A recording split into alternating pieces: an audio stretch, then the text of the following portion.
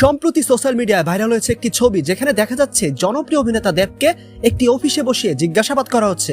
পাশে রয়েছেন পুলিশ কর্মকর্তা। এই ছবি সামনে আসতেই চারদিকে ছড়িয়ে পড়ে নানা জল্পনা। অনেকেই বলতে শুরু করেছেন হয়তো কোনো বিশেষ কারণে তাকে আটক করা হয়েছে, তবে ঠিক কি কারণে সেটা এখনো স্পষ্টভাবে জানা যায়নি। এই ঘটনাকে ঘিরে উত্তেজনা বাড়তেই এবার মুখ খোলেন অভিনেত্রী ও সাংসদ মিমি চক্রবর্তী। তিনি বলেন, আমি পুরো বিষয়টা দেখেছি, কিন্তু আমার কাছে এটা পরিষ্কার নয় ঠিক কি ঘটেছে। তবে দেবকে আমি অনেক দিন ধরে চিনি, আমার চোখে তিনি খুবই ভালো মানুষ।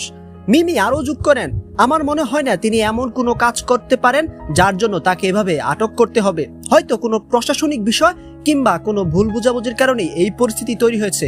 সব মিলিয়ে ভাইরাল হওয়া এই ছবি নিয়ে এখনো ধোঁয়াশা কাটেনি, তবে কাছের মানুষের বক্তব্য অনুযায়ী বিষয়টি নিয়ে অতিরঞ্জিত কিছু ভাবার আগে সত্যিটা সামনে আসার অপেক্ষা করা উচিত। আপনার কি মনে হয় এই ঘটনা আসলে কি?